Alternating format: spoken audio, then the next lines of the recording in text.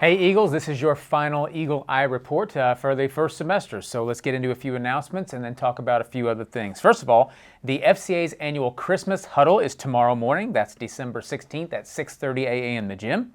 Lots of fun planned: reindeer ring toss, raffle drawings for Christmas treats, the Christmas story, and more. And we hope to see everyone there in the gym at 6:30 a.m.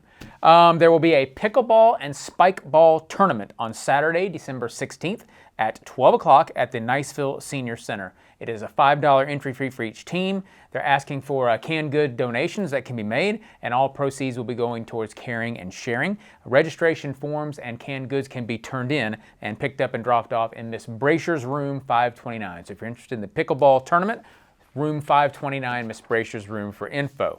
All right, just a reminder that you should be able to see your second semester schedule on Focus. We ask that you check that now and then email your guidance counselor if you have any questions or concerns or need any type of change whatsoever. Let's not wait till we get back from Christmas break to handle all that.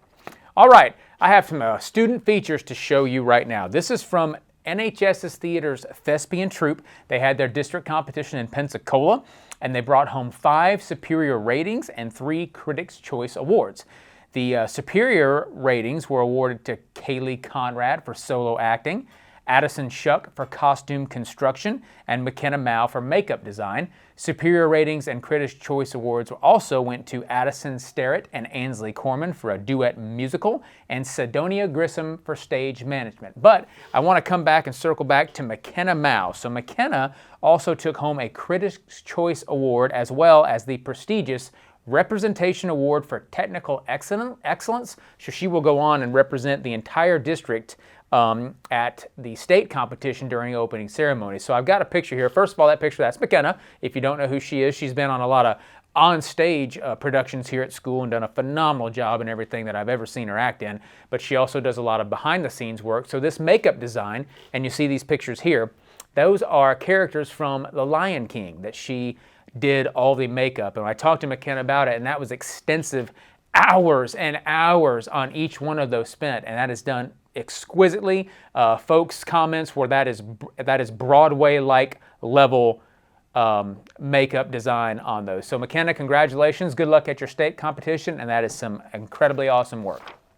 Okay, the most important announcement that I have to make, so everyone please lock in, pay attention to me, on Friday, that's Friday, at 9:15-ish, we will have our first intruder drill. So we do evacuations drill, we do fire drill, we do bomb drill.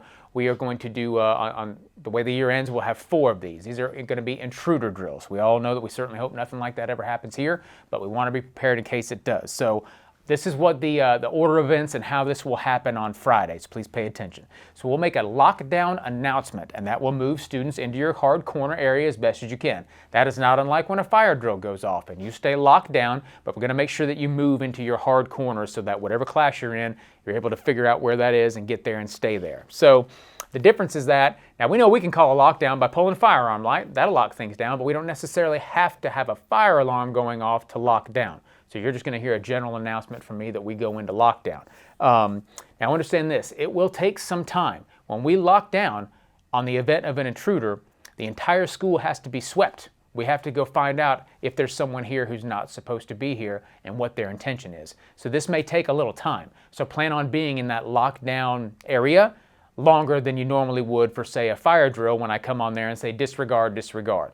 So while you're locked down in your hard corners, we are following our law enforcement's lead. We are following internal protocols that we do to sweep the school and be sure that there is not someone here, and if they are, what their intentions are. So just a couple of reminders, so you stay put.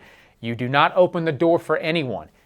You're going to hear a lot of loud noises in the hallway. I can't get into exactly what's happening there, but those are just protocols and things that are in place when we're sweeping the school to things that we have to do. When you hear noises, you want to stay as quiet as possible. Those lights are off, you're in your hard corners, and everyone's as quiet as it can possibly be. If there's banging on the door or a jiggle on the door or hey, let me in, don't open the door. You never know what's going on outside of the door. You have to trust the people who know what to do during these events. Do not open the door and stay quiet.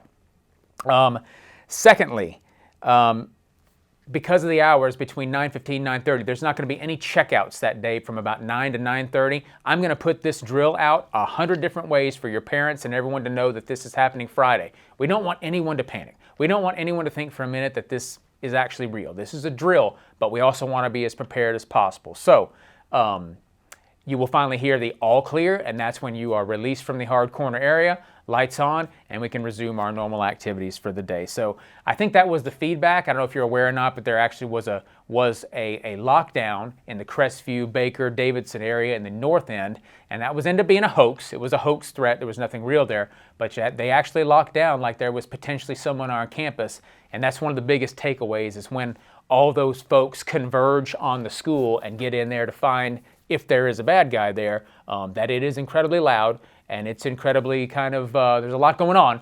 And so that's why you just need to lock down in that room and stay as quiet as possible and let us do our job. So that is it. Please remember that, and then Friday, conduct yourselves accordingly. Let's have a good drill, and we'll continue to do a few more of those just to make sure we all know what we're doing. So that's it. That's our last Eagle Eye TV before the holidays. So happy holidays, stay safe, and go Eagles.